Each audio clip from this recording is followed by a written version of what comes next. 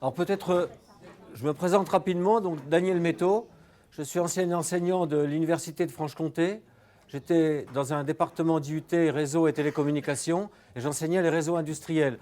Je suis retraité depuis peu de temps et j'ai terminé ma carrière comme formateur au service formation pour former mes collègues enseignants à utiliser Moodle. Donc comme ça me plaisait, j'étais passionné, on va dire. Donc j'ai voulu poursuivre cette activité et c'est pour ça que j'ai monté une petite activité de formation en ligne pour les enseignants qui veulent mettre en ligne leurs cours sur Moodle.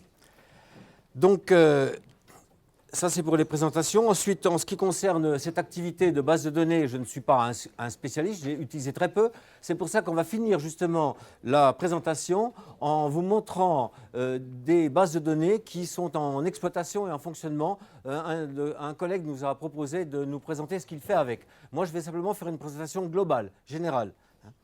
Alors ensuite, quelques indications. Ça ne prendra pas 1h30 à mon avis. On sera suffisamment en avance pour le repas, sauf s'il y a beaucoup de questions.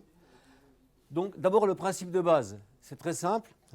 Le principe c'est, vous avez un apprenant,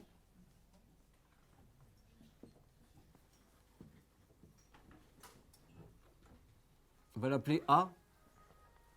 Dans l'activité base de données, cet apprenant va déposer ce qu'on appelle une fiche.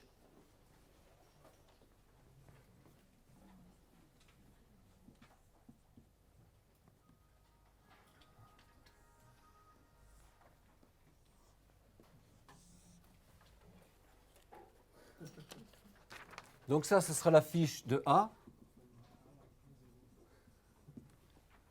Et cette fiche, en fait, comporte un certain nombre de données structurées. Donc ces données structurées, je peux les représenter de façon très simple, par exemple sous forme de cases. En réalité, ça ne se présente pas exactement comme ça, mais c'est pour l'explication. On peut avoir toutes sortes de types de données qu'on appellera des champs. Par exemple, un texte que l'on peut écrire directement. Ça peut être un fichier à déposer, auquel cas ça s'apparente à l'activité devoir, par exemple. Ensuite, ça peut être un sondage, un questionnaire, un sondage. Je dirais plutôt un sondage, parce que l'activité questionnaire est une activité à part. Ça peut être un choix par liste déroulante ou par un autre moyen. Ça peut être également, quelque chose que j'ai découvert en préparant cet atelier, une position géographique. J'ai trouvé ça assez amusant d'ailleurs, parce qu'il y a des extensions possibles.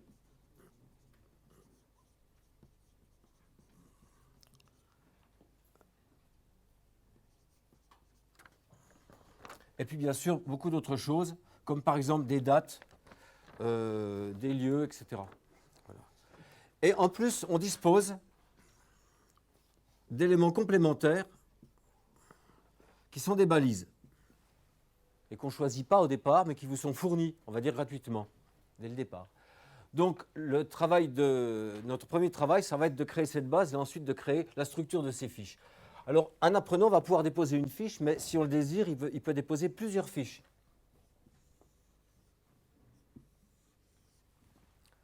On peut fixer le nombre de ces fiches. Et bien sûr, chaque apprenant a les mêmes possibilités, donc il pourra déposer aussi des fiches. L'apprenant B, par exemple, peut déposer ses fiches ici. Et là, on peut décider, par exemple, que l'apprenant A ne pourra visualiser les fiches de l'apprenant B que s'il a déjà lui-même déposé un certain nombre de fiches. Donc ça, c'est possible également. Donc l'apprenant A peut aller visualiser ce qui se passe chez B, ici, à condition qu'on lui en ait donné le droit. Donc ça, c'est des paramètres. Et je pense que dans un premier temps, quand on crée une base de données, une activité base de données, ne pas confondre avec la base de données qui gère la plateforme, etc. Quand on crée cette activité, c'est de bien savoir quels paramètres on veut utiliser. Et puis, pour compléter tout ça, alors peut-être dire que ce que j'appelle ces données structurées, on appelle ça en réalité, dans le langage des bases de données, des champs. Et on va voir que quand on va désigner ces champs, il vaut mieux utiliser des textes courts. On pourra toujours mettre des compléments, des indications complémentaires après. Et puis enfin, il est possible également, au moment où l'apprenant A va déposer sa fiche, que l'on en soit informé, nous en tant qu'enseignants, que l'apprenant a déposé la fiche. Et pour ça, on peut générer un flux RSS. Je ne sais pas si certains... Est-ce que certains ne savent pas du tout de quoi il s'agit quand je parle de flux RSS? Oh, super. Bon. Donc, vous en savez peut-être plus que moi, alors.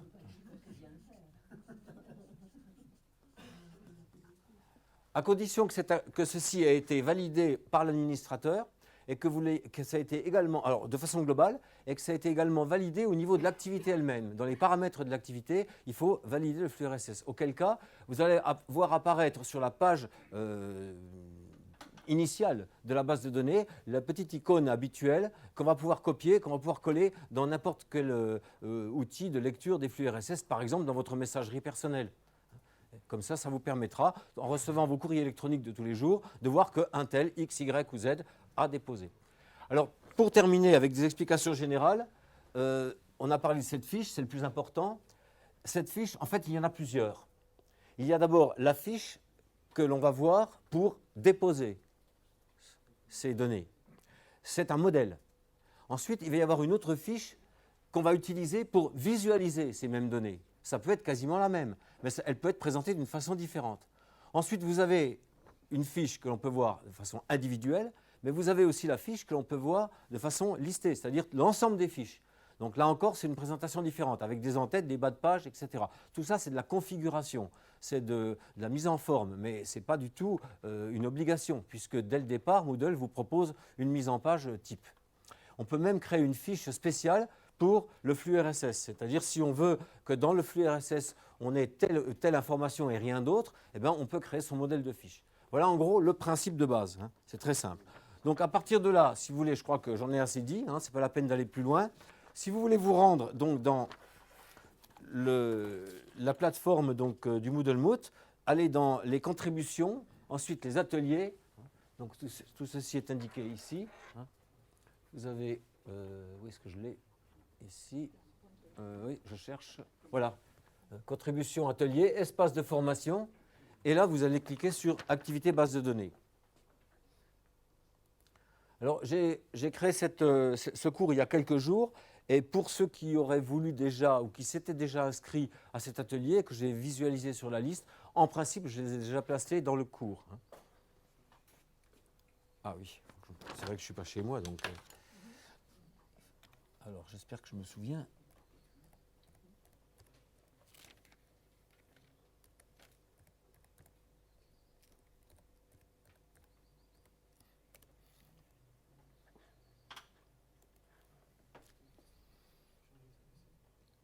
Voilà. Donc, j'ai déjà quelques personnes qui sont dans ce cours, ce qui est très bien. Voilà. Alors là, au niveau de... Bon, donc, comme je l'ai entendu ce matin, tout ce qui se trouve sur le site du Moodle-Moot va rester un certain temps. Donc, ça veut dire que c'était un petit peu mon idée au départ. Je pensais que ça se passerait comme ça. Donc, que vous pourriez récupérer, revisiter, retravailler, etc., etc. En particulier, donc, qu'est-ce que vous allez trouver ici? Un forum, pour le cas où on voudrait discuter sur le sujet. J'aurai certainement autant à en apprendre que vous, parce que j'ai peut-être réalisé en tout 2 bases de données, hein, depuis que cette activité existe. Hein. Étant donné que je fais une formation relativement générale sur la plateforme, je touche aux différents outils, mais je ne vais pas forcément très loin dans chaque outil. Hein. C'est un peu pareil pour le wiki, par exemple. Hein. Une activité. Ensuite, vous avez une animation flash, ça peut être intéressant, hein, surtout dans le démarrage, pour vous entraîner à créer votre première base de données. Il y a quand même des indications assez utiles au niveau de cette animation. Et enfin, quelques éléments divers complémentaires. Et dans les éléments divers complémentaires, il ne faut jamais oublier quand même qu'on a toujours, quand on commence un travail, la documentation de Moodle-Moot de Moodle Doc sur le sujet qui nous intéresse. On va chercher un petit peu. Alors, vous verrez qu'il y a déjà des fiches qui ont été réalisées. Elles vont être complétées au fur et à mesure, hein, pour vous aider à créer votre base. Donc, pensez toujours à aller consulter ceci. J'ai mis des liens directement pour que vous puissiez y aller. Et comme j'avais fait un petit document il y a quelques temps, si ça se trouve il y a même 1 ou 2 ans, c'est peut-être avec vous que je l'avais fait, je ne sais pas. Donc, je l'ai replacé ici. Il est possible qu'il date un peu, mais enfin, il est toujours celui-là, il est téléchargeable. Voilà. Voilà, donc ça c'est pour le démarrage. Ensuite, j'ai volontairement mis sur cet écran une page que je trouve assez importante au niveau de la création d'une base de données. C'est au moment où vous créez l'activité, vous avez une première page qui apparaît dans laquelle il y a un grand nombre de paramètres à remplir. Heureusement, hein, vous le savez si vous utilisez Moodle, les petits points d'interrogation ici sont très utiles. Quand on découvre une activité, en général, c'est par là qu'on passe pour savoir à quoi correspondent les différents éléments. Et vous voyez ici, par exemple, que vous pouvez, prenons ceci par exemple, c'est le nombre de fiches qu'un participant a l'obligation de créer dans cette activité. Il doit donc, si vous, vous l'obligez à placer 3 fiches, eh bien, il faudra qu'il place ces 3 fiches. Ensuite, tant qu'il n'aura pas placé les fiches, l'activité ne sera pas terminée.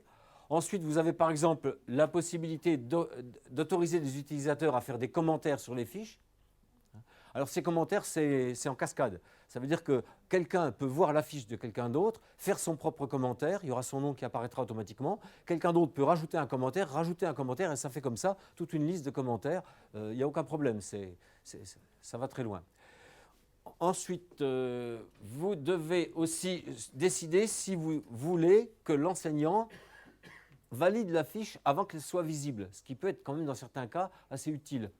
Par exemple, si l'étudiant, l'apprenant a mis des choses qui ne sont pas convenables, eh bien vous pourrez les visualiser, les supprimer avant de faire apparaître la fiche. Voilà. Et puis une chose très intéressante, c'est ceci. Si cette case n'apparaît pas, c'est que votre administrateur n'a pas validé les flux RSS. Si vous ne voyez pas apparaître cette case. Par contre, si vous la voyez et que vous mettez une valeur différente de 0, parce que par défaut elle est à 0, eh bien, si vous mettez une valeur différente, à ce moment-là, vous aurez émission de flux RSS. Voilà. Bon, d'autres choses également, ça on l'a vu, le nombre de fiches qu'il doit remettre, ça également, bon, ça on l'a dit également, donc voilà. Et puis bien sûr, un petit détail, ça apparaît comme ça, ici on le verra également, c'est qu'on vous demande de choisir un barème de notation pour la fiche. Là encore, pensez à créer votre barème avant de créer l'activité. Parce que sinon, vous allez vous trouver devant le barème habituel qu'il y a dans tous les Moodle, qui n'est pas forcément le vôtre. Tu disais quoi? Oui, je n'ose pas le dire. Tout le monde le pense. Mais je crois que maintenant, on peut le supprimer. Il y a quelques années, on ne pouvait pas. Il me semble qu'il a été intégré en dur et on ne pouvait pas le supprimer. Donc, vous pouvez mettre votre propre barème et décider que votre fiche sera notée d'après ce barème. Voilà. Ça, c'est vraiment la page la plus importante parce que le reste, c'est vraiment de la mise en forme. Donc, voici une base qui existe, une petite base que j'ai créée volontairement pour l'atelier. Vous remarquez tout de suite qu'ici se trouve l'icône du flux RSS. Donc, pour pouvoir gérer ce flux, soit à l'intérieur de votre Moodle, c'est peut-être pas forcément très intéressant, mais dans un autre cours ou même sur la page d'accueil ou n'importe où, vous savez qu'il existe un bloc de flux RSS. Donc vous pouvez mettre ce bloc en service et puis vous pouvez copier et coller ce flux RSS. Là, vous faites un clic droit avec la souris, vous copiez l'adresse du lien et puis vous allez la coller sur votre bloc. Mais peut-être le plus intéressant, c'est de le mettre dans votre messagerie personnelle, de telle manière que vous soyez informé au fur et à mesure que les étudiants déposent leur travail. Donc ici, vous avez des onglets qui apparaissent, ici. Et bien sûr, l'onglet qui va se trouver présenté à l'apprenant n'est pas le même que toute cette série-là, il y en a moins, beaucoup moins. Et là, par exemple, en particulier, l'onglet « Ajouter une fiche ». Donc il va pouvoir ajouter sa fiche. Alors, je suppose qu'il y en a déjà un certain... pardon, je me suis trompé, c'est pas ça, c'était l'affichage liste que je voulais. Il y a combien de fiches? Il n'y a que 3. Oui, il n'y en a pas. Vous pouvez en mettre, allez-y. Allez-y, ce sera amusant qu'on voit. Alors, oui, pendant ce temps-là, je vous présente une fiche. Voilà. Bien. Donc, la fiche, je n'ai pas du tout fait de mise en page. J'ai plus ou moins laissé Moodle placer les champs, donc c'est-à-dire les données structurées. Je les ai laissé placer comme il le voulait. J'ai choisi volontairement d'abord une date. Ensuite, un choix par bouton radio. Ensuite, dépose d'un fichier, avec éventuellement le nom du fichier. Ensuite, un commentaire de texte, c'est-à-dire que l'élève peut très bien écrire un petit commentaire quand il dépose son fichier. Et puis enfin, un champ que j'ai découvert, parce que je ne connaissais pas, je trouvais ça assez amusant, c'est il existe un champ qui s'appelle latitude-longitude. Alors j'ai voulu voir un peu de quoi il s'agissait, par curiosité, je ne l'avais jamais utilisé, j'ai trouvé ça assez amusant, parce que quand on écrit ici sa latitude et sa longitude, par exemple de son lieu d'habitation, ça peut être amusant si vous avez des apprenants qui sont dispersés à travers le monde. Un premier contact pour les uns et les autres, ce serait de savoir où habitent les autres. Ben, très simple, si chacun place sa latitude et sa longitude, eh bien vous allez voir qu'il y a un lien qui va se créer automatiquement ici vers Google Maps, et en cliquant, vous avez directement le zoom sur le lieu où habite la personne. Alors ça, j'ai trouvé ça super, et du coup, je crois que ça va intéresser un collègue. Je ne sais pas s'il est là, non, il n'est pas là, Fred, mais il m'a dit que ça intéressait beaucoup, ça, avec ses élèves, il va faire ça.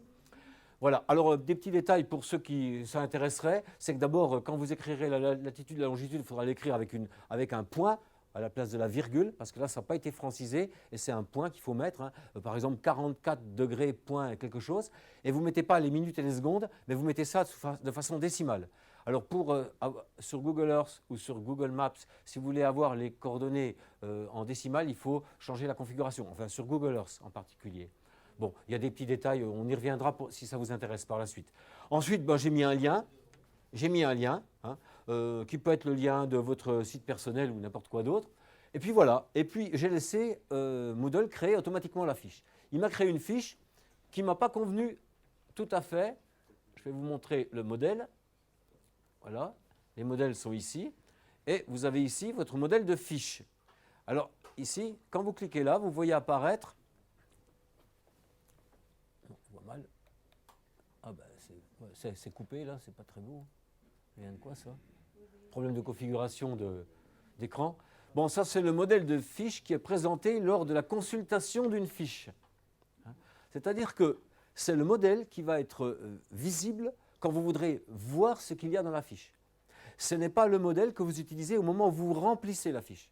Deux choses différentes, hein. Donc, vous voyez, modèle nouvelle fiche, ça c'est le modèle qui va être utilisé quand vous créez une nouvelle fiche, quand vous la remplissez. Par contre, quand vous la visualisez, c'est celle-là. Bon, peu importe, il peut y avoir des petites différences si vous le désirez. Alors, en gros, qu'est-ce qu'on y voit? On y voit d'abord un éditeur qu'on connaît bien, c'est l'éditeur Moodle habituel, hein, avec des petites icônes bien connues. Et on voit que dès le départ, on nous a créé un tableau. Le tableau qui est créé, il est créé avec les champs, dont vous avez donné les noms quand vous avez créé les champs. Et il est créé aussi en répétition avec un label, un texte d'explication, qui est exactement la recopie du nom du champ, ce qui n'est pas forcément très pratique. Parce que souvent, nos champs, ils ont des codes, ils ont des petites choses comme ça. Donc là, vous pouvez parfaitement effacer le texte et mettre le texte que vous voulez. Évitez l'inverse, hein, évitez de commencer à modifier les champs, parce qu'après, vous allez voir, il ne va pas les reconnaître, il va se tromper, il va vous donner une liste déroulante où il n'y a rien, etc. Donc, les champs, quand vous les avez définis, vous les conservez, mais les labels des champs, ça, vous pouvez mettre ce que vous voulez ensuite. Et puis, moi, ce que j'ai trouvé qui manquait un petit peu, c'est que j'aurais bien aimé savoir par qui était déposée la fiche. Donc, il est tout à fait possible de rajouter des lignes et des colonnes au tableau, et puis, par exemple, d'écrire un texte disant « fiche déposée par », et c'est là que vous vous apercevez que vous avez tous vos champs qui sont situés à gauche, ça c'est ce que vous avez créé, et ça ce sont des balises supplémentaires qui vous sont proposées. Et parmi celles-ci, vous avez un certain nombre de balises. Tiens, je ne les avais pas d'ailleurs ces jours derniers, je ne les ai pas vues celles-là, je ne les avais pas repérées. Bon, donc vous avez une balise qui s'appelle user. Donc si vous utilisez exactement cette technique d'écriture là, et que vous le reportez là, eh bien, vous aurez sur la fiche déposée par et le nom de la personne qui l'a déposée. Hein, voilà. Donc, vous ne pouvez utiliser que les balises qui vous sont proposées ici. Donc voilà le principe. Quand votre modèle vous convient, vous l'enregistrez ici. Une question, Daniel. Oui. Au niveau de la configuration de la fiche, si je veux une fiche dans le cadre d'une base de données particulière, par exemple nous en IUFM, on utilise ce type de dispositif pour déposer des fiches pédagogiques. Or, Oui. les fiches pédagogiques, elles ont un certain format. Très particulier, un format très particulier. Oui. Et on a des difficultés mettre en forme en fait Alors moi, je pourrais pas te dire grand-chose, je pourrais juste te dire qu'à partir du moment, enfin à mon avis, hein, à partir du moment où on a un éditeur Moodle classique, on devrait pouvoir créer la page que l'on veut, hein, et placer les champs à peu près n'importe où dans la page, hein, ça c'est sûr. Maintenant, si vous avez créé votre modèle, je ne sais pas avec quoi, peut-être OpenOffice ou Word, je ne sais pas, non? Oui, par exemple OpenOffice, hein, ce qui serait peut-être mieux. Eh bien, vous pouvez sans doute plaquer votre modèle OpenOffice à l'intérieur, hein, enfin par une copie-collage, mais ça, j'ai jamais essayé. Je sais qu'avec Word, il y a une icône spéciale pour le nettoyer. Hein. Ici, elle est là, hein, parce que ce n'est pas du standard, mais a priori, c'est une page HTML normale, ça. Hein. Donc voilà, c'est ma réponse, mais franchement, j'ai jamais testé très loin tout ça. Oui. Ah.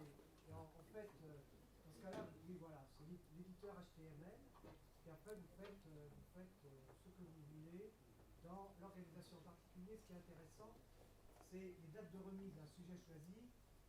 Si vous avez énormément de fiches, ce qu'il faut, c'est surtout pas cette disposition, il faut la mettre à allonger. Et dans ce cas-là, vous utilisez l'entête, parce que ça fonctionne un petit peu comme Access. Dans l'entête, vous mettez les titres des colonnes, vous mettez après les champs dans le corps, et en pied de page aussi, vous pouvez mettre autre chose. Donc là, vous avez... D'accord. Mais si j'ai bien compris, c'est qu'une question de formatage alors, hein, de la page. Différemment. Oui, oui. Oui, c'est ça, voilà. Et puis on met des titres simplement aux différentes colonnes. On les met en gras, on met un fond, on fait ce qu'on veut, d'accord. Hein, c'est du formatage. Ok. Enfin, oui.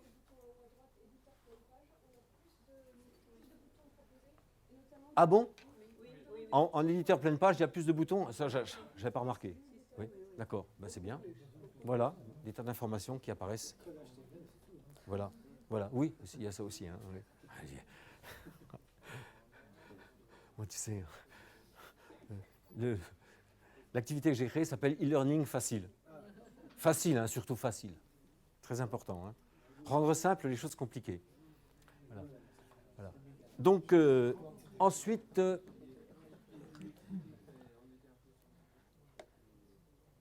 alors, le modèle liste, par exemple... Oui. Ah, il faut la créer, parce que là, elle est déjà créée, la base.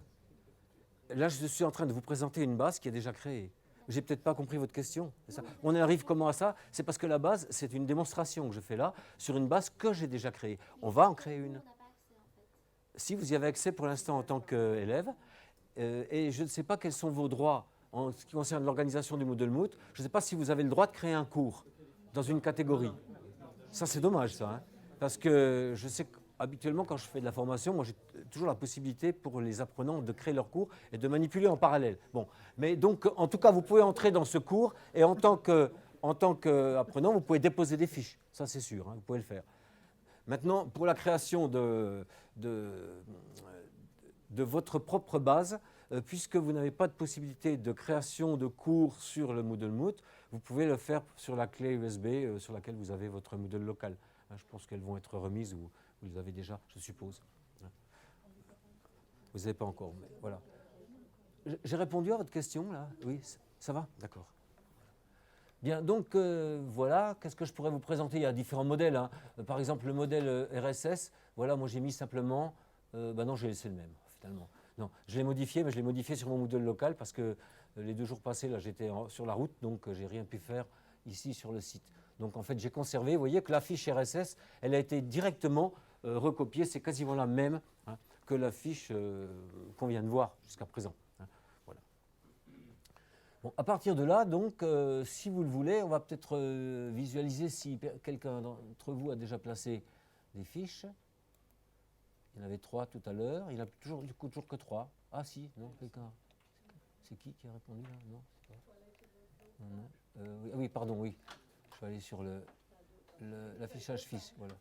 Voilà. Oui, il y a 2 pages. Oh là, oui, j'en ai une tonne maintenant, c'est bien. Voilà. Donc voilà comme ça se présente hein, quand vous lisez la fiche. Et puis vous pouvez évidemment aller à la suivante. Hein. Voilà, et puis vous pouvez lire la suivante. Voilà, une fiche, etc. Oui. Nantes est-elle en Bretagne? C'est la grave question, ça. À pas poser ici, non? Il y a des Nantais, non? J'aimerais bien connaître la réponse. Et il y a des Bretons. Ah, alors je crois que c'est les Bretons qui vont répondre là. Alors non, tu es en Bretagne ou pas? Ben, là oui, c'est en Bretagne, alors depuis 2 jours. Ok. Voilà. Donc la note peut être mise ici, etc. etc. Vous voyez. Donc c'est relativement convivial, ça vous permet de déposer un certain nombre de données. Voilà, je crois que maintenant le mieux, ce serait d'une part, si vous voulez essayer de remplir des fiches, vous pouvez en remplir, mais ça aurait été de faire des essais personnels. A priori, là, si vous n'avez pas les droits pour créer votre propre base, ben, on est un petit peu bloqué. Je pensais que vous aviez ce droit dans un certain répertoire, une certaine catégorie du MoodleMoot. Donc, a priori, si on peut peut-être présenter quelques exemples de ce que tu as fait. Tu veux venir le faire? Ça ne te dérange pas? Le paramétrage. Ah, là, excusez-moi, j'ai oublié, oui, d'accord. Oui, mais oui, c'est vrai, tout à fait. Bonne question, Sonia. Ah oui, quand même, hein. Oui, parce que là, si je laisse déjà ma place, puis en plus, voilà. Bon, alors on va créer une base de données, hein. Alors je m'assieds. Voilà. Ouais.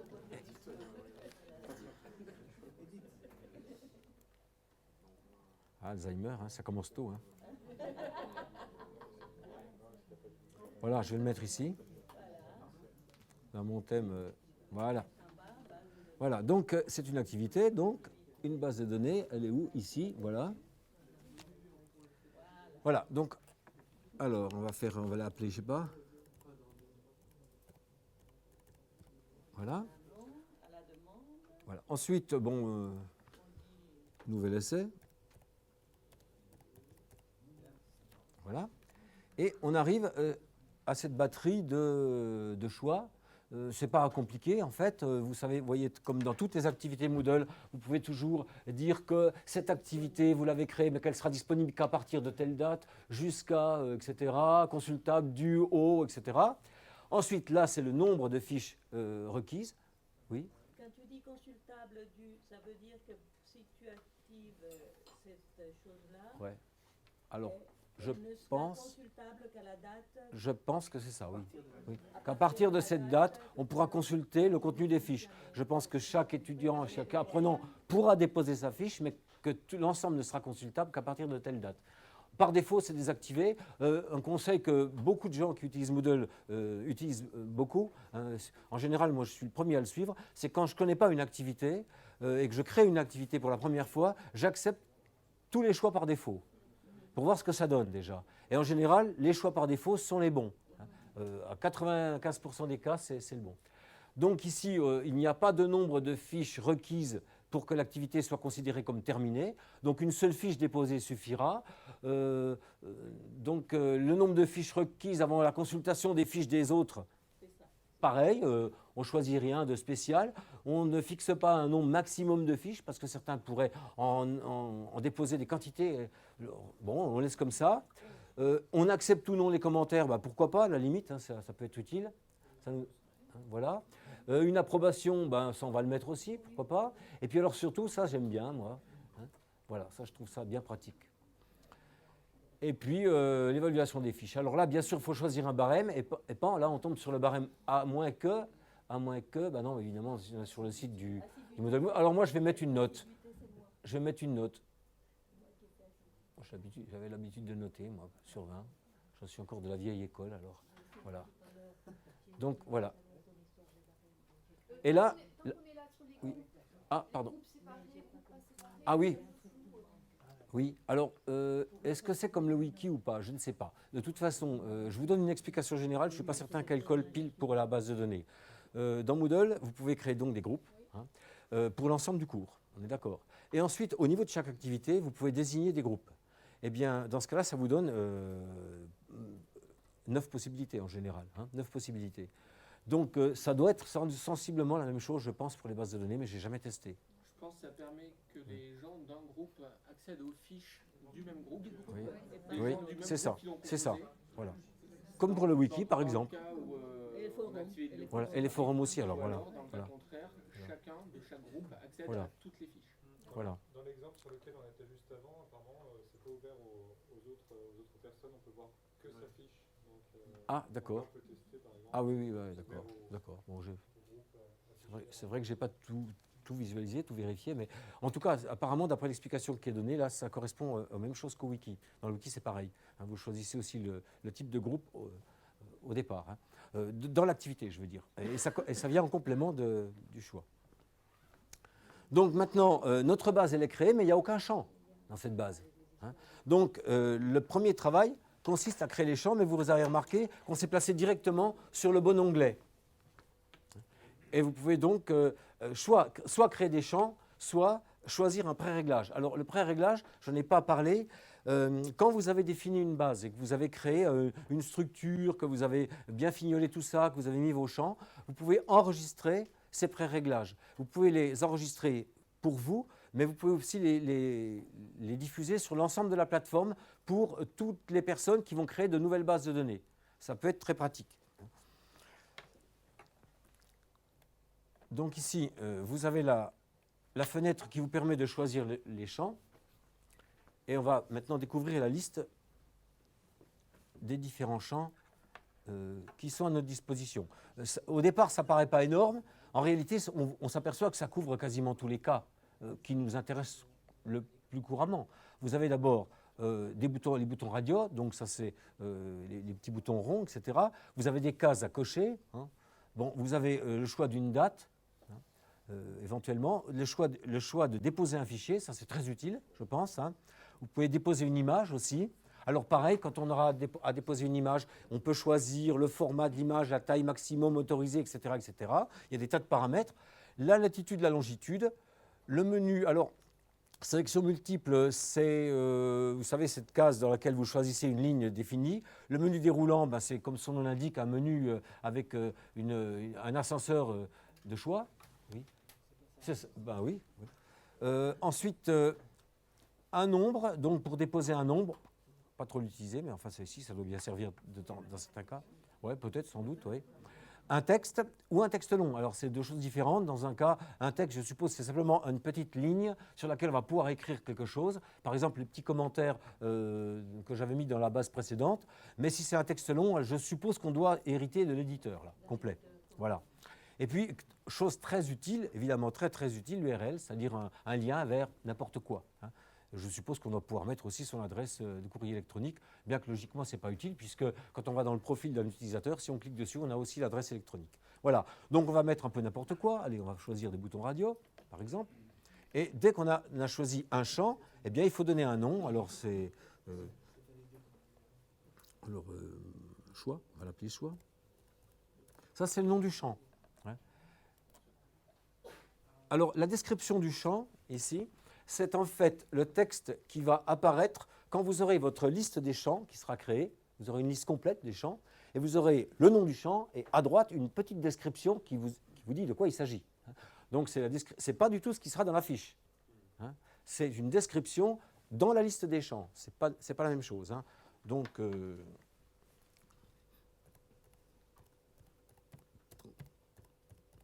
oui, quoi que je ne devrais même pas écrire ça parce que je l'écris comme si c'était dans la fiche. Mais enfin bon, les options, alors oui, évidemment, à partir du moment où on a choisi des boutons radio, c'est qu'on offre plusieurs options.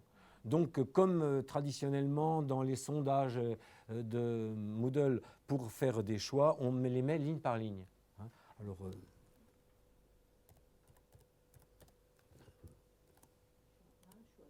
etc.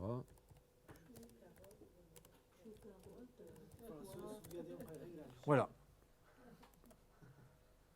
Voilà, donc on a déjà un premier champ. Et vous voyez que dans la liste ici, hein, on a le type de champ et on a la description du champ pour qu'on se rappelle de quoi il s'agit.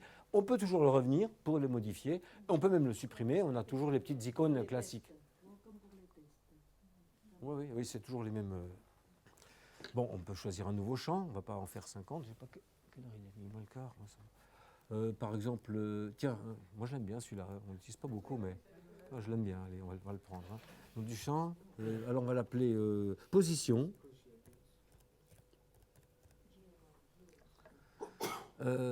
Ensuite, description du champ, c'est lieu d'habitation, oui, par exemple. Voilà. Bon. Alors moi j'ai fait que 2 essais, hein. J'ai fait des essais sur Maps et Earth. Google Maps et Google Earth.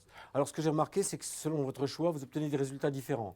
Si vous choisissez Google Earth, vous allez éditer un fichier que vous allez télécharger et que vous allez placer dans votre logiciel, puisque Google Earth, c'est un logiciel qui est installé sur votre ordinateur. Et grâce à ce fichier, vous allez pouvoir pointer la zone géographique où se trouve, correspondante. Bon, je n'ai pas trouvé ça très pratique. J'ai trouvé plus pratique d'utiliser Google Maps parce qu'avec Google Maps, il va vous créer directement un lien qui sera à côté de la longitude et de la latitude. Et en cliquant dessus, vous allez pouvoir zoomer à l'endroit voulu. Donc, on va choisir ça. GA BIOS, alors là, je ne sais pas si certains savent de quoi il s'agit, mais si je ne me trompe pas, il faut que je vérifie.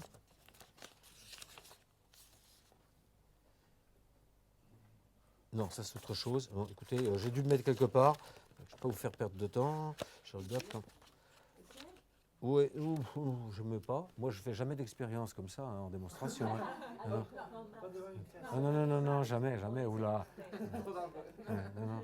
On fait déjà assez d'erreurs. Normalement, si on se met dans les conditions en produire d'autres. Voilà. Donc, bon, de mémoire, je dis peut-être une bêtise, mais Moodle a la possibilité, grâce à l'adresse IP de la personne connectée, de détecter la zone géographique du monde où elle se trouve. Pour ça, il faut le configurer dans l'administration. Et il me semble que la base qui est utilisée, c'est justement celle-ci. Mais on peut en choisir plusieurs, là. Ah oui, on peut choisir plusieurs à la fois. Oui, en faisant le shift comme ça, on peut faire ça. Oui, je n'ai jamais fait, mais bon. Ouais. Bon, allez, pourquoi pas, allez. Pourquoi tu en exclus un? Ah ben, je sais pas. Allez, on reprend tout. Voilà. Voilà, donc c'est fait. Ensuite, un dernier champ, peut-être. Quoi donc, qui pourrait être intéressant? Un fichier à déposer. Hein?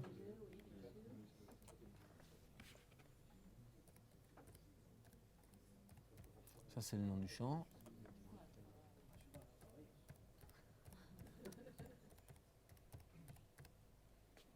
Voilà, et on peut fixer la taille maximum du fichier que pourra déposer l'apprenant. Oui, mais là, c'est la configuration de la plateforme ici. Hein. Voilà. Voilà, donc vous voyez, vous pouvez comme ça en ajouter une grande quantité. Et à partir de là, vous enregistrez évidemment tout ce que vous avez fait. Et vous regardez la fiche, les modèles, pardon, qui ont été créés. Alors vous êtes actuellement sur le modèle de fiche. Voilà. Et voilà ce que ça donne. Ça, c'est le modèle que l'on va voir au niveau de la consultation de la fiche. Donc, vous avez vu qu'il a repris les noms des champs, il les a placés ici. Bon, c'est peut-être pas très clair, donc on peut modifier. Là, il vous a mis automatiquement les balises d'édition, de suppression et d'approbation de la fiche, puisqu'on avait demandé l'approbation. Hein. Si ça ne nous convient pas et qu'on veut rajouter, par exemple, ce que j'avais proposé tout à l'heure, eh bien, on va rajouter une ligne sur laquelle on va mettre, par exemple, déposé par... Et là, on va placer la balise utilisateur, là, ici. Hein. Alors.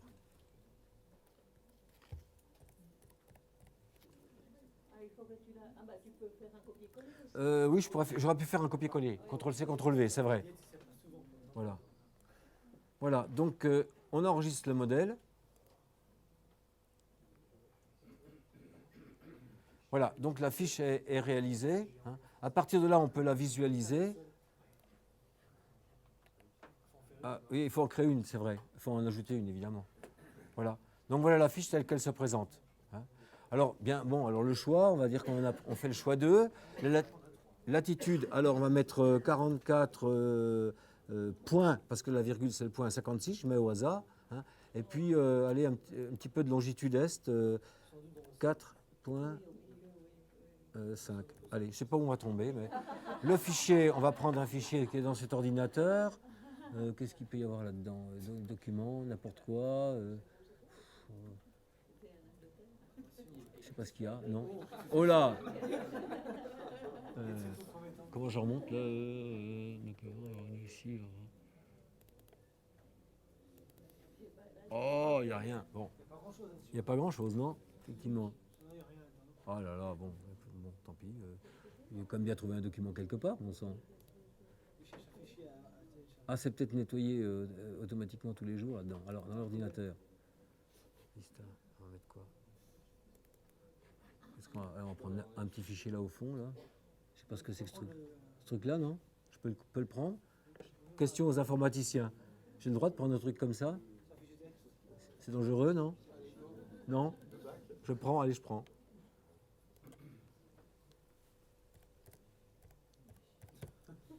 Voilà. Allez, on va afficher ça et on va voir ce que ça va donner, surtout. Voilà, alors, oh là, oui, d'accord, il faut choisir maintenant. Ah oui, c'est bien ça, tiens. Voilà, donc voilà, j'ai tous les choix donc, qui apparaissent sous forme de liste déroulante. Comme quoi, vous avez raison, il faut tenter des expériences. Hein. C'est toi qui as écrit danger. Oui, c'est moi. Oui, Voilà. Ah, là, oui, petit détail que j'ai remarqué, effectivement, si on clique directement sans faire le contrôle, au lieu d'ouvrir un nouvel onglet, on part directement sur Google Maps. Donc là, j'aime pas trop. Je suis où? On est où là? On est où là? Oui, ben, je savais qu'on serait en France, mais je savais pas trop où. J'essaie de... J'arrive pas. Le premier trouvé gagne. Ah, on va faire une... Non, ça, satellite, ça donne pas grand-chose. Hein. Voilà. Ah, si seulement. Il n'y a pas de ville, là. Villeneuve de Bergue. On a gagné. Voilà, on est à Villeneuve de Bergue. Inconnu. Ça doit être où, ça? Non, vous ne connaissez pas? Bon, voilà. Donc, ça peut être utile, par exemple, pour un travail avec des élèves concernant la géographie, une position, aller chercher des coordonnées, latitude, longitude sur Google, et ensuite venir les placer dans une base de données. Vous voyez, on peut imaginer des quantités de choses. Voilà. Qu'est-ce qu'on peut faire d'autre? Peut-être, ah oui, les pré-réglages. Voilà.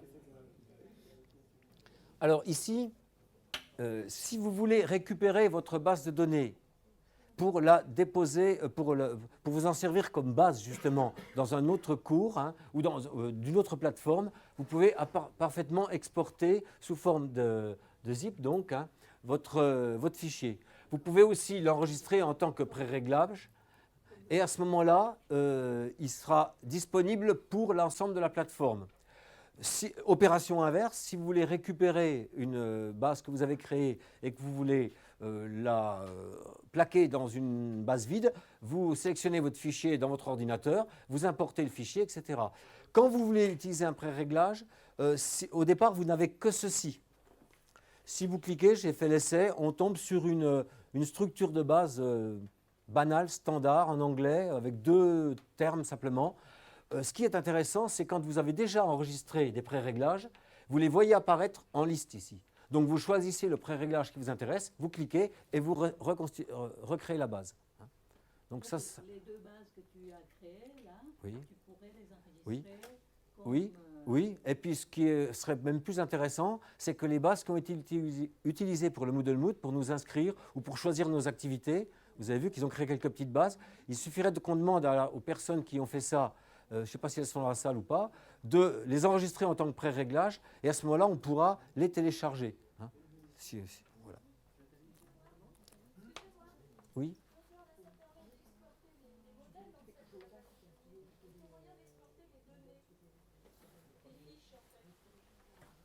Dans les exports que j'ai faits, il n'y avait pas les fiches, non. Alors, là, je ne peux pas répondre, parce que je n'ai pas testé. Alors, la question a été posée sur le forum Moodle, il me semble, il y a 2-3 semaines. C'est vous qui l'avez posée, non? Voilà, c'est la réponse qui a été donnée. Hein. Et moi, je l'ai testé comme ça. La question a été posée, donc votre question exactement a été posée. Et en fait, ce qui a été conseillé par Séverin, c'est de faire une sauvegarde du cours en excluant tout et en laissant que la base de données avec les données des utilisateurs, et ensuite récupérer ça et la restaurer dans un autre cours. Moi, j'ai tenté l'expérience, ça m'a récupéré aussi tous les utilisateurs de la base.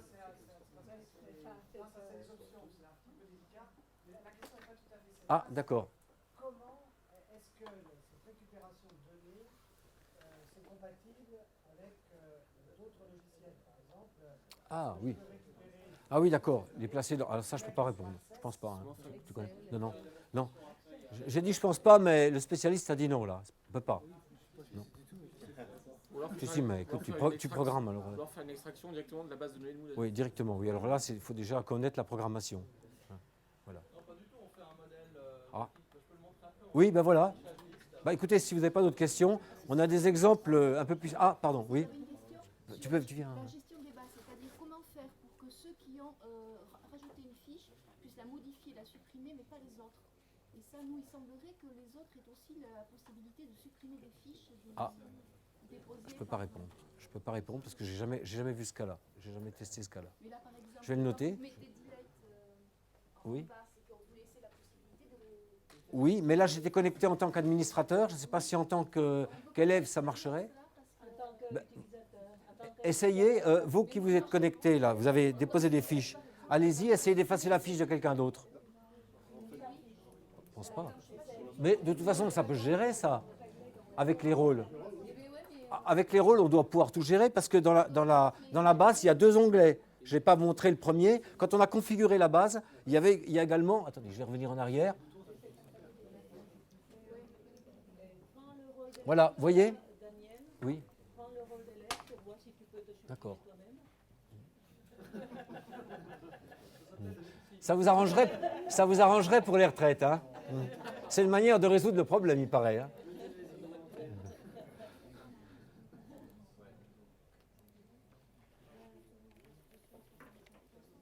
Voilà.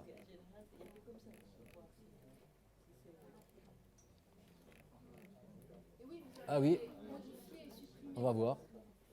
Ouais. Ah oui, je peux la supprimer. Et voilà, ça me gêne et j'arrive pas, moi. Oh, si, ça doit pouvoir se faire. Avec les rôles, tu penses? Non? J'ai pas réussi. Écoutez, je n'ai pas la réponse immédiate là. Il faut que je fasse des essais. Hein. Donc je ne peux pas vous répondre. On ne va pas faire perdre de temps, mais je vais le noter, hein, ça. Donc votre question, ce serait que empêcher qu'un autre apprenant puisse effacer la fiche De voisins. du voisin ou la modifier. D'accord, d'accord. Je vais faire ces tests-là.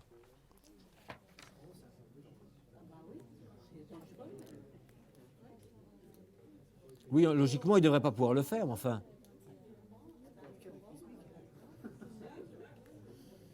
En plus, il a effacé une fiche de l'administrateur, là. Bon, alors, enfin, un début de réponse non confirmé, non vérifié, ce serait qu'en principe, avec les rôles, on devrait pouvoir définir des dérogations, des attributions, etc., de telle manière qu'on ne puisse pas le faire. À mon avis, on devrait pouvoir y arriver, puisque maintenant, on peut définir des rôles pour chaque activité, ce qui est quand même très puissant. Mais je n'ai pas la réponse directement à votre question, en fait. Voilà. Tu veux venir nous montrer des choses? Il n'y a pas d'autres questions globales ou générales sur la base? Non? J'avais une petite question sur les flux RSS, mais je ne sais pas s'il y a possibilité. Les flux RSS, ça permet de savoir qu'il y a des nouvelles fiches. Mais Oui. comment savoir qu'il y a des nouveaux commentaires? Comment modérer les commentaires? Ah, ça, je ne sais pas si le flux RSS va est-ce que quand il est modifié, je ne sais pas. Je ne sais pas. Pas vous dire. Voilà, ben, je note.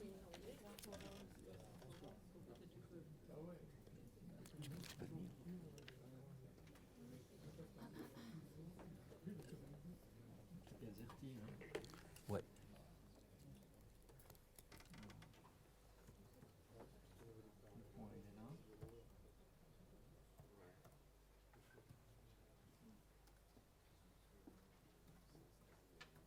Ah, quel joli nom. Ça fait rêver pour les amoureux de la nature comme moi.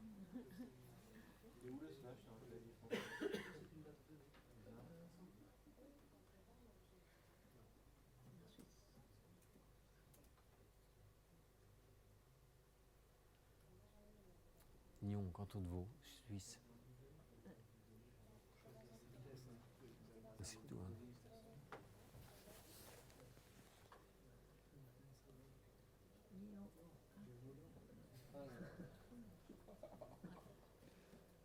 Là, il faut mettre les latitudes et la longitude.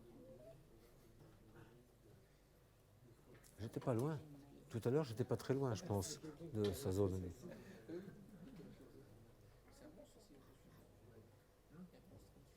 Voilà, donc je vais vous présenter en quelques mots en fait qui je suis. Donc, je m'appelle Dominique Alain-Jean, je travaille au gymnase de Nyon dans le canton de Vaud en Suisse. Je travaille aussi à la haute école pédagogique du canton de Vaud pour former les étudiants, futurs professeurs au e-learning et aux technologies d'information et de la communication. Dans le cadre du gymnase, on essaie d'introduire petit à petit Moodle auprès de nos collègues, ce qui n'est pas forcément toujours très facile. Et on a par contre un excellent rapport de travail avec la plateforme, avec les étudiants. Je vais vous présenter deux travaux en fait, où on a utilisé les bases de données.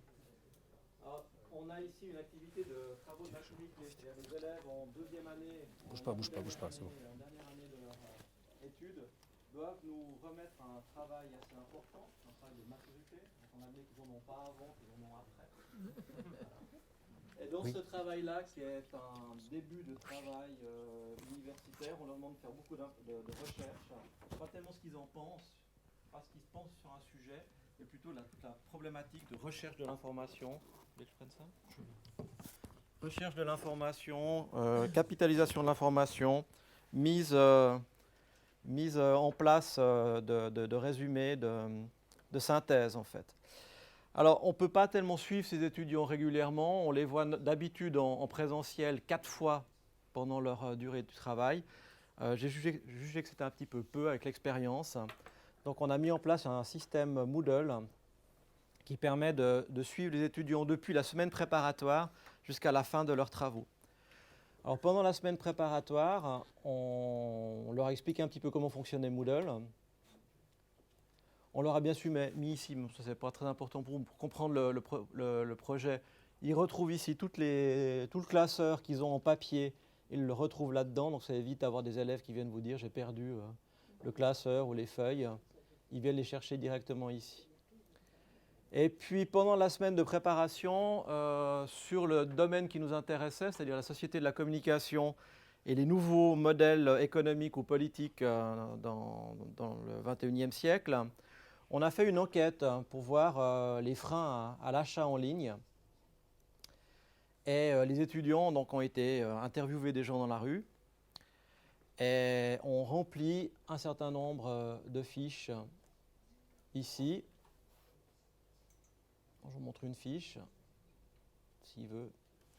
Donc on est en Suisse, c'est pour ça que c'est un peu lent.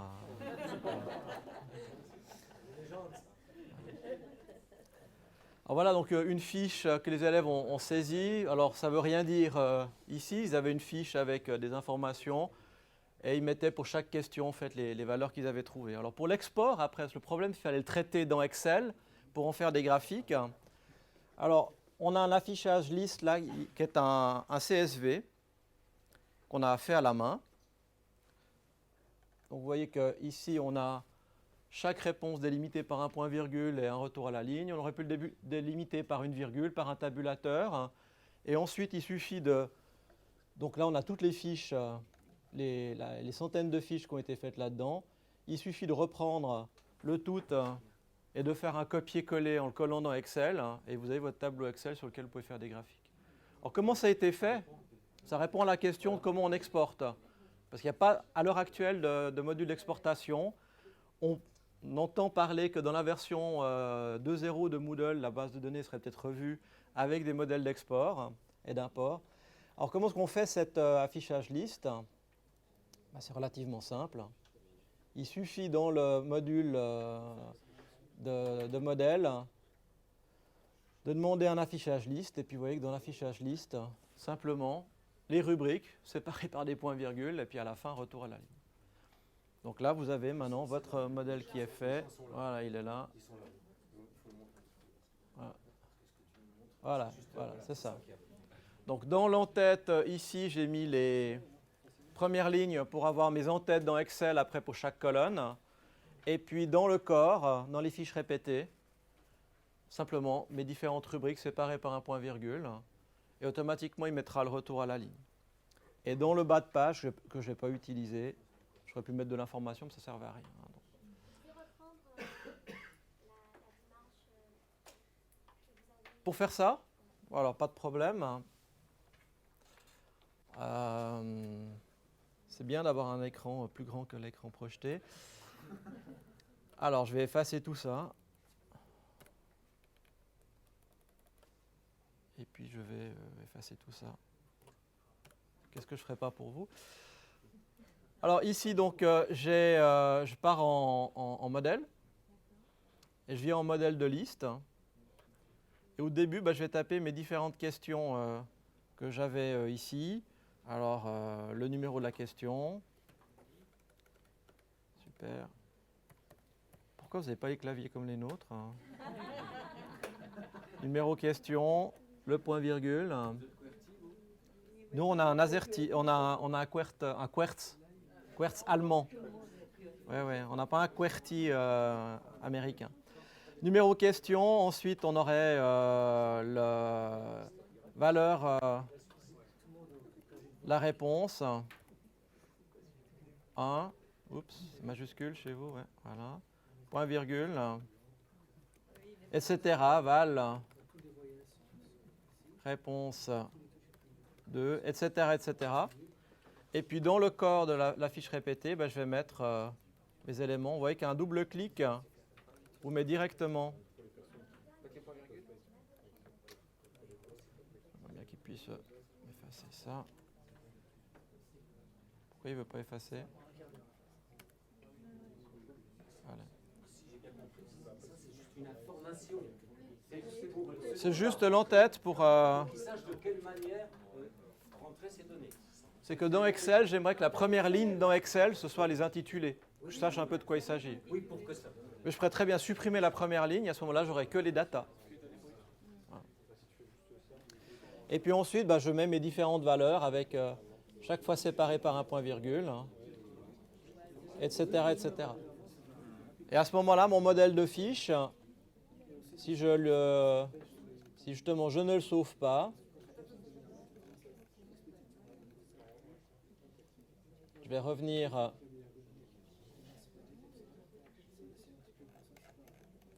à ma base de données. En mode liste, je vais obtenir exactement ce que je veux. Et là, je n'ai plus qu'à faire un copier-coller depuis ici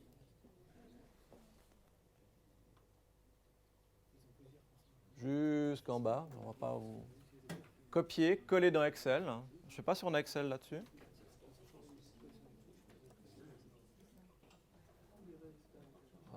Ou OpenOffice ou quelque chose. Apparemment pas, à voir. Donc copier-coller, puis vous avez ce tableau exporté. Donc c'est un format, vous choisissez. Moi j'ai mis un point-virgule, vous préférez la virgule, faire le tabulateur, ce que vous voulez. Il y a deux questions, madame. Est-ce que le module feedback ou questionnaire ne permet pas cela d'une manière plus simple? Non, parce que là je peux réellement créer les rubriques que je veux. Donc on avait vu avec par exemple des latitudes, longitudes, j'ai des informations URL qui sont directement reprises. Ce qui ne me permet pas directement l'autre module. Et là, pas ici, là, non, pas dans ce cas-là. Mais comme après on allait utiliser les bases de données dans d'autres activités, c'était cohérent de montrer aux élèves l'utilisation des bases de données. Il y a une question au fond. Oui, de plus en plus difficile, mais si par exemple j'ai un champ téléchargé, un fichier, comment ça marche? Non, ça c'est clair. C'est clair. C'est clair. Là, je récupère des informations texte. Je ne vais pas récupérer l'image, je ne vais pas récupérer l'image s'affichera, mais je ne vais pas la récupérer en tant que telle. Ça, c'est clair. Donc, ce n'est pas un vrai export pour toutes les informations multimédia et autres qu'on aurait dans la base de données. Maintenant, je vais vous montrer un peu l'usage qu'on en a dans ce cours, dans ce suivi en fait d'élèves. Alors, on va revenir ici. Donc, on a demandé un certain nombre de travaux aux élèves qu'on voyait donc régulièrement, mais tous les 2-3 mois. Là, on leur demande, déjà, on leur donne des lectures conseillées. Alors là, ce sont les professeurs qui suivent les travaux qui vont donner ces informations-là. On a modifié un petit peu la présentation pour qu'elle soit un petit peu plus agréable à lire. Et puis, pour chaque livre, Donc on a les informations. Donc on a changé un petit peu le CSS ici pour... Ça c'est une base de données. Et puis là on a remodifié la présentation pour que les élèves aient les informations en ligne, un résumé ici. Tu peux montrer le modèle? Alors je peux montrer le modèle. Alors attention avec ces modèles-là. Par exemple le modèle en affichage de liste. Pour ceci, ça, je me suis posé la question souvent comment on pourrait faire des choses un peu jolies. Et sur les forums de Moodle français, vous trouvez des indications, vous trouvez même le modèle que j'ai utilisé. Il faut passer à ce moment-là en HTML et il ne faut plus avoir de navigateur. Donc sur Mac, c'est facile, vous utilisez Safari qui n'est pas compatible avec l'éditeur graphique. Et là, vous êtes tranquille. Si vous êtes dans l'éditeur HTML, si vous êtes dans l'éditeur ici ou vous passez en HTML, le problème c'est qu'il va essayer de corriger votre code HTML et il va rajouter, par exemple, là c'est un tableau pour faire l'entête. Et si on veut que ce soit cohérent, il faudrait que l'entête ne soit pas fermée. C'est-à-dire que la balise /table qui est à la fin ne soit pas ici, mais soit tout en bas, dans le pied de page. Et si vous travaillez dans cet éditeur-là, automatiquement il voudra fermer le tableau qui est ici. Pour lui, c'est un tableau là. Il aura un deuxième tableau pour tout ce qui est ici le corps de la fiche, pour la ligne. Et puis en plus, si dans le pied de page, pour ajouter encore quelque chose, il n'y a rien, mais normalement, là, je devrais avoir mon /table pour fermer le tableau. Et là, il le fait, il corrige en fait en croyant ce qu'est une erreur, ce qui n'est pas du tout une erreur. On peut désactiver l'éditeur. Alors Safari, lui, il est désactivé d'office puisqu'il n'est pas compatible avec Safari. Enfin, Safari n'est pas compatible avec l'éditeur. Mais ça va changer. J'espère pas. Parce que j'aime bien travailler en HTML pur et pas que l'éditeur vienne me corriger, corriger mon texte. Alors voilà le tableau. Donc si je passe ici en... c'était là, ouais. Si je viens là. Et puis ici en désactivation du... Voilà. Vous voyez que là, il a eu la magnifique idée et mauvaise idée de me fermer ma table alors que je ne voulais pas. Je voulais que ce soit réellement un début de tableau et que ça, ce soit dans le pied de page. Et ça, vous êtes un peu embêté avec ceci. Donc, désactiver toute l'interface graphique pour pouvoir travailler en HTML pur.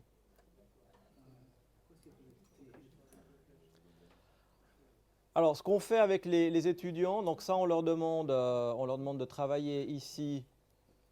Là, ils peuvent consulter simplement ce qu'on leur donne.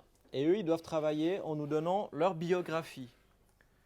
Alors, l'intérêt, on a plusieurs bases de données dans ce travail-là. On a d'abord une base de données de bibliographie. Alors, c'est exactement la même base de données où j'ai fait un modèle, comme on vous a montré auparavant, modèles IP qu'on a pu réutiliser pour d'autres activités. Donc j'ai simplement utilisé le modèle de base de données pour recoller ceci ici. Et les étudiants, eux, vont donc créer leurs fiches de la même manière. Et moi, ce qui m'intéresse de voir, c'est que j'ai rajouté ici qui a créé la fiche. Donc je sais exactement qui a travaillé et a fait quoi. Puisque j'ai des groupes, chaque travail de maturité est géré par un groupe, je peux très bien d'aller voir qu'est-ce que, par exemple, au niveau du secret bancaire, sujet prédilection d'un... Alors, ça n'a rien à faire avec les nouvelles technologies, c'est un électron libre qui m'a dit « je veux travailler avec vous », donc voilà. Donc il vient travailler avec moi, mais ce n'est pas du tout sur les nouvelles technologies, c'est sur le secret bancaire. Donc là, je vois que ce que l'étudiant qui travaille sur ce domaine du secret bancaire a déjà trouvé comme information bibliographique. Si je voulais voir sur les mondes virtuels, c'est peut-être pas la bonne idée parce qu'elle a un peu de problème à trouver. Mais sur les évolutions sociales, là j'aurais que les livres ou les articles trouvés sur le domaine de l'évolution sociale. Là, je n'ai pas compris si tu visualisais les fiches par groupe. Par groupe. Ou si tu faisais une recherche. Non, là je regarde que les groupes. C'est bien par groupe. Voilà. Donc je peux voir que les fiches créées par les élèves d'un groupe. Ouais. Et j'ai toujours le nom, donc j'ai fait en sorte d'avoir le nom chaque fois de celui qui crée la fiche. Vu que lui, il est tout seul dans son groupe. Hein. Il n'y a que Mika qui travaille. Hein. Oui, parce qu'il est tout seul dans son groupe, donc c'est normal qu'il travaille. Tandis que si on prend sur, par exemple, sur Google, le business model de Google, on verra qu'il y a d'autres étudiants qui travaillent. Mika. Ah, il y a lui, il y a Christophe Calvin, etc. Ouais. Mika et Christophe. Voilà. Donc là, c'est intéressant pour nous de savoir à l'avance un peu ce que les étudiants vont lire. En plus, si on regarde la modification de la base de données, on a prévu de pouvoir noter les élèves, en tout cas les informer, si on connaît l'ouvrage, de pouvoir lui dire si on a un barème de satisfaction qui permet de dire à l'élève ce que tu es en train de lire, nous on l'a déjà lu et c'est nul. Donc ne t'attarde pas là-dessus, passe plutôt à autre chose. Mais c'est intéressant de voir qu'il a trouvé cet ouvrage-là. Donc on peut qualifier la recherche qu'il fait tout au long de son processus de recherche et de planification de l'ouvrage. On a mis en place aussi une autre base de données. On a pensé que ce serait intéressant d'avoir une bibliothèque d'images. Les étudiants, chaque fois qu'ils avancent dans leur projet, peut-être qu'ils trouvent des images sur Internet ou ils scannent. Et au lieu de scanner ça chez eux, comme ils travaillent en groupe, et puis de ne pas avoir l'image du copain, etc., on a fait une base de données. Et on a une base de données d'images qu'ils vont pouvoir reprendre après au moment où ils seront dans OpenOffice ou dans Word pour faire leur travail de maturité. Donc là, par exemple, pour Google, je vois que les deux images de Google. Si secret bancaire suisse, qu'est-ce qu'il m'a mis? Pour l'instant, là, il a l'air d'avoir une image sur, voilà, sur les paradis fiscaux, donc d'accord. Donc il a trouvé quelque chose. On lui demande chaque fois de mettre la référence pour après nous aller rechercher, puis que lui, il ait une idée qu'il doit citer dans son travail, pour éviter un peu le problème du plagiat. Et donc bibliothèque d'images, qu'est-ce qu'on a encore On a, je pense, encore quelque chose sur les mondes virtuels. Voilà, donc là il y a un certain nombre de choses qui ont été faites sur les mondes virtuels, avec chaque fois donc, la possibilité d'avoir bien sûr affichage fiche ou pas.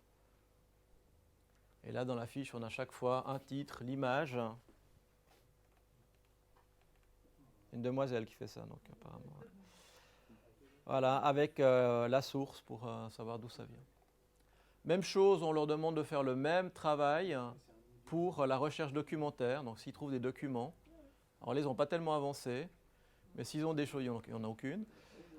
Là ils peuvent stocker, si on regarde ajouter une fiche, ils peuvent venir stocker justement des documents, Excel, etc., en donnant le type de média, qu'on sache de quoi il s'agit. Et ils ont une bibliothèque de documents. Alors ce qu'on a fait, c'est qu'on a fait en sorte que le travail de chacun est relatif au groupe. Donc chaque élève du même groupe peut travailler sur la base de données. Et comme on l'a fait aussi pour les wikis, puisqu'on demande qu'ils nous fassent un carnet de bord, le wiki, on l'a rendu par exemple public. Donc tout le monde peut aller voir le wiki des autres, ce qui crée un peu une émulation entre les groupes. Dire tiens, il y en a un qui a bossé, moi j'ai rien fichu depuis une semaine, donc ce serait intéressant que je rattrape. Et dans les bibliographies, maintenant qu'ils ont bien travaillé, la plupart, on ouvre aux autres. Donc on a changé le style de groupe séparés, on fait des groupes visibles, et ils peuvent commencer à voir les bibliographies des uns des autres. Ça évite qu'ils aient fait du copier-coller au départ. Ils peuvent comparer qu'ils ont trouvé des mêmes bouquins, ou ils peuvent commencer à discuter grâce au forum, puisqu'on leur a laissé des forums de discussion au départ. Donc on a plusieurs forums. On a un forum ici donc, de communication où chaque groupe peut nous parler qu'au prof. Donc ils peuvent dire ce qu'ils veulent sans que les copains voient ce qu'ils disent. C'est vraiment un email un peu amélioré, ce qui nous permet aussi d'avoir un historique de tout ce qu'on a dit aux élèves. Pas qu'ils disent, tiens, on n'avait pas convenu qu'on devait se voir à telle date. Non, il y a l'historique dans le forum, ils ne peuvent pas le dire. Et puis on leur met un florilège de bonnes remarques et eux, ils ont aussi le blog et puis le chat pour communiquer entre eux. Et ça marche relativement bien. Donc on avait de la peine à suivre les étudiants avant en les voyant que 4 fois. Là, on peut dire qu'on les voit toutes les semaines ou tous les jours en fonction des problèmes. Et c'est eux qui viennent nous demander un rendez-vous en présentiel. Avant, c'était nous qui devions fixer des rendez-vous régulièrement où ils oubliaient de venir, où ils ne venaient pas, etc. Donc on a un peu renversé la vapeur avec Moodle. Et on a un suivi complet et aussi pour eux un historique. Après, ils ont la bibliographie qui est déjà faite. Ils ont des documents à disposition, des images qu'ils peuvent intégrer dans leurs documents. Et ceux-ci peuvent travailler justement individuellement tout en étant dans un groupe. Qu'on a un peu dynamisé le système de travail. Ouais. On est peut-être un petit peu en dehors, mais je vois que tu as des wikis. On peut jeter un coup d'œil rapide là, Oui, on peut jeter un coup d'œil rapide. rapidement. On peut voir qu'il faudrait qu'ils recommencent un peu à travailler parce qu'ils n'ont pas bossé depuis un certain temps. Parce que vous avez sans doute remarqué qu'il n'y avait pas d'atelier sur le wiki. Alors là, on a... La raison, c'est parce qu'un nouveau wiki va apparaître et qu'on n'a pas jugé utile d'en parler.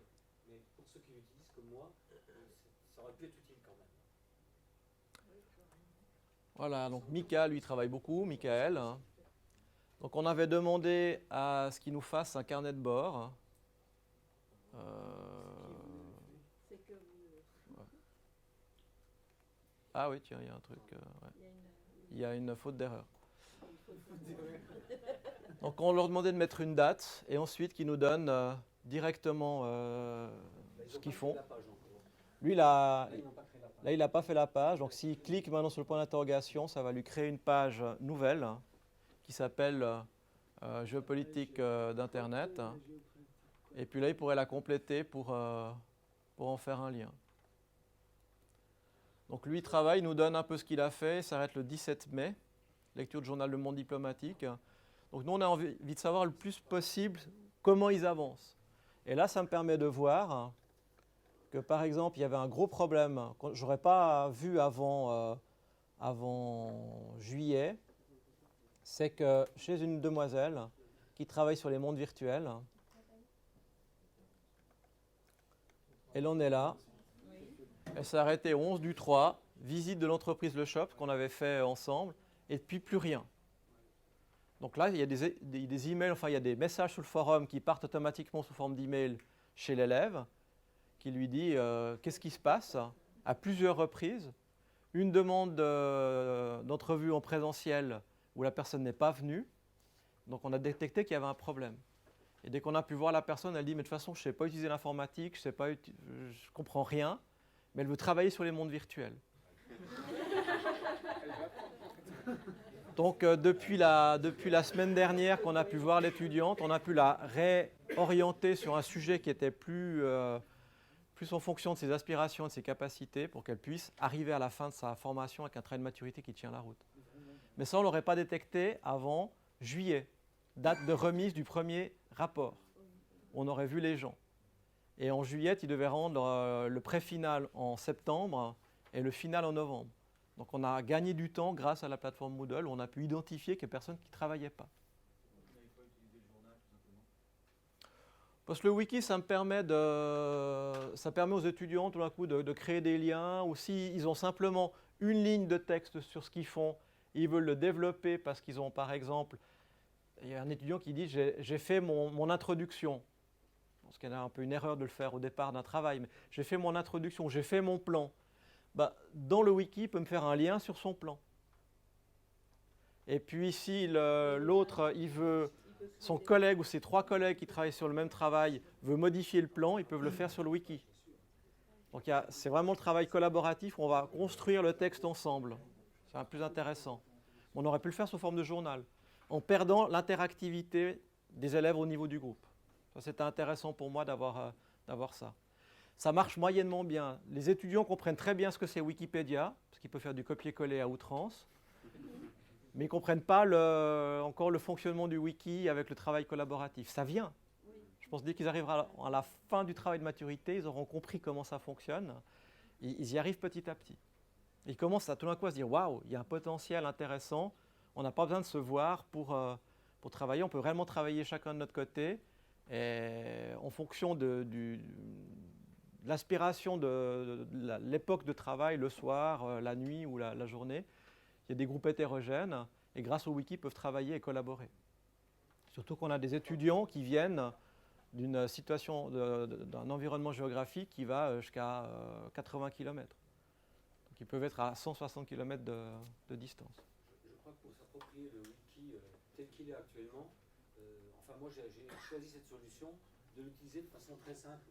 En fait, je ne parle pas de code, j'utilise l'éditeur HTML, comme je vois que tu l'as fait, mais j'utilise uniquement les crochets, c'est tout, pour créer des nouvelles pages.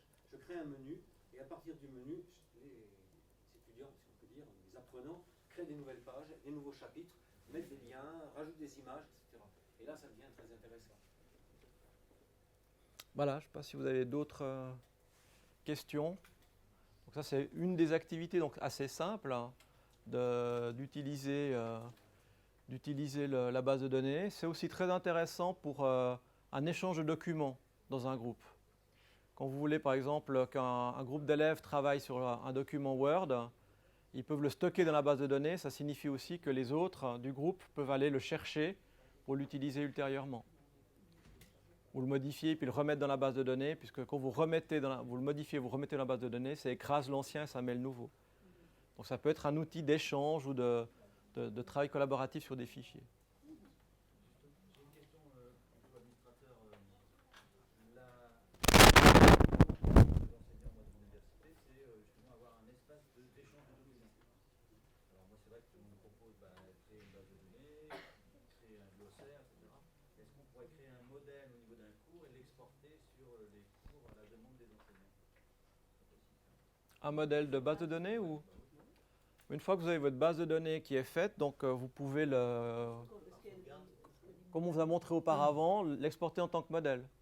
Et après le réutiliser, créer une base de données vide, puis vous dites de la créer avec le modèle en question. Il y a une autre solution qui est proposée dans le Oui. forum très fréquemment, c'est de créer un cours réservé aux enseignants, dans lequel ils ont tous le droit d'administration du cours, et dans ce cas-là, ils ont tous accès à la zone fichier. Ils peuvent placer tous les documents qu'ils veulent, ils peuvent créer des liens vers ces documents, et ça permet d'avoir un espace dans lequel ils peuvent mettre des forums de discussion entre eux, et à ce moment-là, ça devient un échange de collaboration sans problème. Non, mais c'est pas à ce niveau-là, c'est au niveau de chaque enseignant dans son cours souhaite avoir un espace de partage de documents pour ses étudiants. Ah ben c'est pas un problème, il y a le lien accès à un dossier, par exemple. Vous, dans votre espace de fichiers, vous créez un dossier qui ne contiendra que les fichiers que vous désirez donner à vos étudiants. Et puis ensuite, dans la page d'accueil de votre cours, la page principale, dans n'importe quel thème, dans n'importe quelle séquence du cours, vous créez un lien vers un dossier. Et du coup, en cliquant, chaque élève, chaque apprenant a accès à la liste des fichiers. Et il télécharge. Il faut que chaque fichier ait un intitulé, éventuellement. Ah oui. Oui, mais au moment où vous créez un modèle, ce modèle il est disponible pour tous les cours. Donc si je vais dans un autre cours, je crée une base de données vierge, le modèle il est là. Donc quand vous sauvez un modèle, il est disponible sur toute la plateforme. Ou alors vous pouvez très bien l'enregistrer à quelque part sur votre site web, et puis les étudiants peuvent le télécharger pour l'intégrer les enseignants peuvent l'intégrer dans le cours. Mais il faut bien regarder qu'il y a un élément très intéressant qui va venir avec la version 2.0 de Moodle, c'est le lien avec les API pour le repository et puis la gestion du portfolio. Et ça va répondre à toutes nos questions et toutes nos problématiques. Qu'on ait des dossiers, des documents sur un support externe et on pourra l'attaquer directement depuis Moodle. Ça, on l'attend. C'était prévu pour la 1.9 au départ dans le roadmap. Puis maintenant, on voit que c'est dans la version 2.0. Ils y travaillent ardemment. L'API est en train de se mettre en place, si on suit un petit peu le projet. Et ça, on l'attend réellement. Soit avec la gestion du portfolio, soit avec la gestion des fichiers extérieurs. Mais la base de données peut être un moyen intermédiaire pour faire ce genre de choses. Voilà, je vous remercie de votre attention et puis je vous souhaite un bon appétit. La parole à la fin, pour nous apporter des informations intéressantes.